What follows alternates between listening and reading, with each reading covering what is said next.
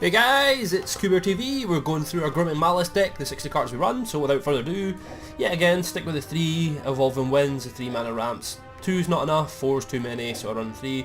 I run 2 of this card, Blood Chief Ascension, it's the enhancement. Giving you the game later on, just because it causes 2 life and you get 2 life back, so it's a really good card. I run 2 of them, I like having the 2. Get them both out, you can do quite a lot of damage, it's a pretty good card. It can slow your opponent down as well, and it forces them to throw creatures in front of your attacking creature sometimes, so that's quite cool. Reanimate can win you the game as well. You can go and get something big, or you can just do little damage with one of the next cards that we'll get to. Stabbing Pains, -1/-1, basically kill card for killing off smaller creatures, or possibly winning you a blocking, attacking fight with one of your creatures. The Vexing Day Devil, great card, 1 cost, dropping this turn 1, he does decide to let it take 4 damage, and then you reanimate the turn 2, then he's got a choice of taking 4 damage or putting a creature on the battlefield, and then you've got him down to 12 by turn 2 already sometimes, so that's a pretty cool card. Demonic Tutor, obviously go get a card out your library. On our creatures, pretty much, Goblin Death Raiders, I run one of these cards. I like the 3/1 Trample. As I said, in combination with your Blood Chief Ascension, they can throw creatures in front of it, so you can get in for some cool damage with the Trample over the top as well. I currently run 3 Terminates, your kill cards. It's a very controlling deck, in a sense. It's got quite a lot of kill cards, no enhancement or enchantment removal, but a lot of kill cards, so I run the 3 Terminates. We run one of the Ashmore Gorge. It's a pretty cool card, can't block, but it's a 3 cost 4/4, so as I said, dropping it down, swinging in, doing damage.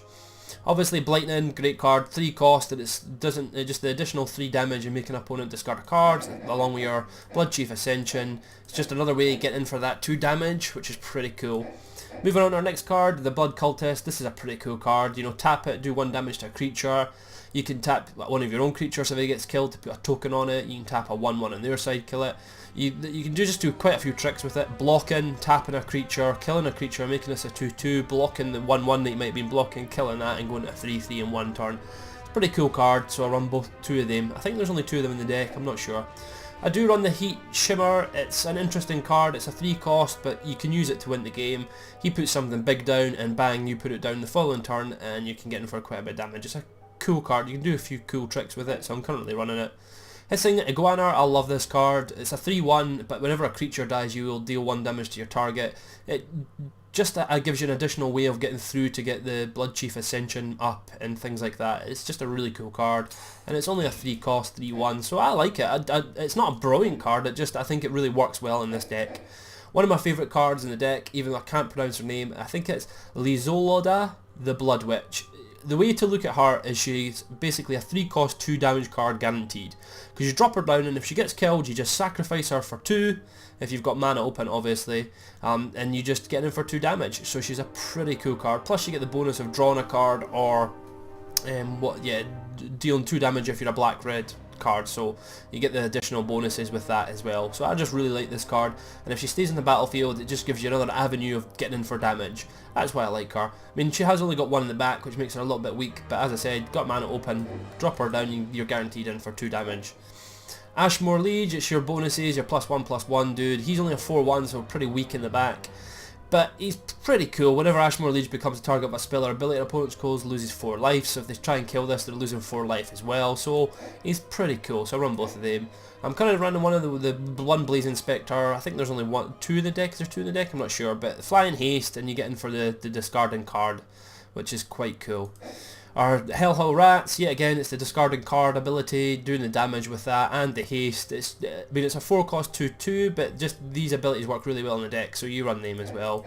Obviously the Single-Minded Ogre, you can notice if maybe they're mana blocked or they're late on in the game and they're not casting, they'll have a lot of big cards, so you're more or less guaranteed to get in for 3, sometimes 4, 5, 6 damage with this guy just by playing him, so he's a cool card. More removal, Wrecking Ball, you can use this to destroy lands, especially against the multicolour decks, and get in for basically slowing them down.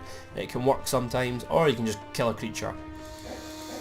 Obviously Blittimus Blast, the Cascade's pretty cool, using this to kill a creature and then you maybe get something quite cool off the Cascade. It just gives you good strong board control all of a sudden. Then moving on to my final cards, as you can see I run all 4 of the Demigod of Revenge. I just love this card. I think it's a great card. It's only a 5 cost, and having all 4 in the deck just gives you this incredible ability to get power right back in the battlefield after they've killed it. Having 2 or 3 of them in your hand is pretty powerful. So that's the 60 cards I'm running. Might be a few things that you would change. Quickly run through the ones I'm not. Evolving Wilds, obviously explained that. Explained about the Bloodchief Assassin.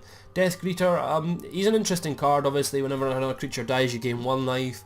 He's okay, but I'd rather have something else in the deck rather than him. Same as this, good the Dragon's Master Outcast. Everyone's like, you know, he's a 1 cost 1/1 blocker, but he's not going to give you anything till turn 6, and that's why I don't run him. You might get him in your start hand, and then it is only a 1/1 blocker, you know, so it's not the best card in my opinion in this deck. I want to be winning by, you know, turn 5 and 6. That's kind of when I want to be getting in for the lethal damage, so he just doesn't fit in the way I'm designing the deck. This is a cool card, the Trierford Rats. It's a cool blocker with a Death Touch and a 1/1, but I make space by removing it with other things in the deck. Same with the Gauntlet with Death Raiders. I only run one of them.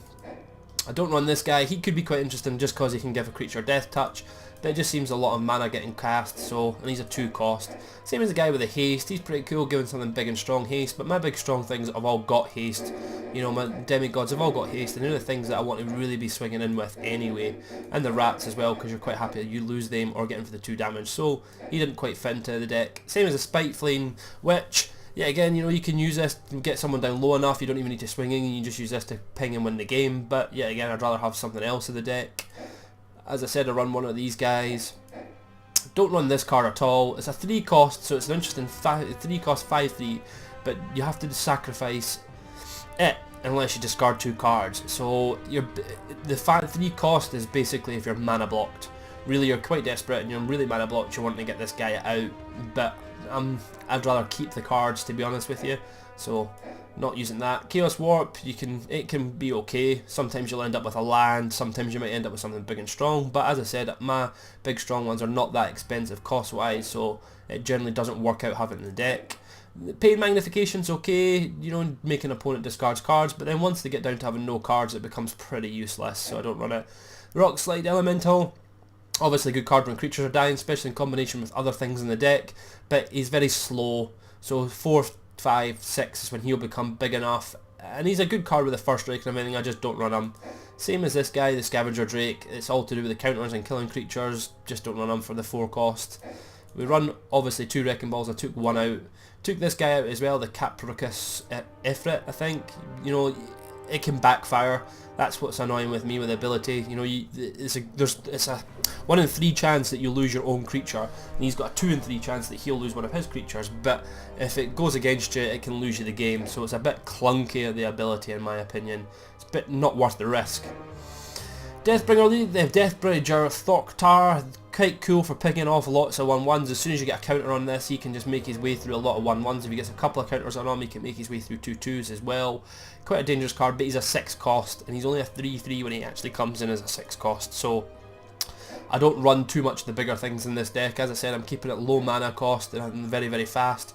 Why I don't run this guy as well, he's okay, sacrifice a monocolored creature, good against the monocolored decks, but you know, he's too expensive. I'd rather have my demigods, to be honest with you. Same as GT, Grave Titan, too expensive, and I want to be swinging for damage. These are all good cards and they could be in the deck, I just don't run them. I make space for other things the way I'm running the deck. This guy as well, sacrifice cards in your hand, do damage, you know, but he's a 6 cost. Massacre Worm, another really good card, can win you the game, but I'd just rather have my demigods, to be honest with you. If I was to run any of them, I'd probably take all the demigods out, just because I don't see the point in running just 3 demigods. I mean, 3 might be enough, but I'd rather have 4. So that's why I'm not running a lot of these big cards. I'm not going into too much. This guy's interesting as well. This card one is my favourite card, but he's a 7 cost. If you can get him down, you've pretty much walled off and won yourself the game. But generally I would be running around turn 7 anyway with my demigods, so don't run him. This guy's interesting, but he gives all creatures double strike, so their opponent creatures get double strike as well, so he's not overly great, because his ability affects him as well. This guy I've never cast, though his ability sounds really cool about making them sacrifice lands and creatures. If you've got a nice board position, you drop him down, it'll win you the game because it'll just destroy them, but I don't run it, too expensive. And finally, Vampiric Dragon, yet again, dealing damage, boosting him up, but he's only a 5/5 for 8 when he comes on, so bleh, in my opinion. I like the speed of the deck, that's currently why I'm running it this way. I mean, even this dude could come out possibly in the deck. I mean, the reason he's in here is he's a 4-cost 4/1, so he's just a target for spells sometimes as well. So I like it, very aggressive, and I'm having a lot of success with it. So post your comments, guys. What would you change? What would you chuck in? How are you finding this deck working? Are you enjoying it? I think most people do enjoy this deck. It's a good deck. Anyway, we'll move on to the next one. This is Kubear TV, signing out.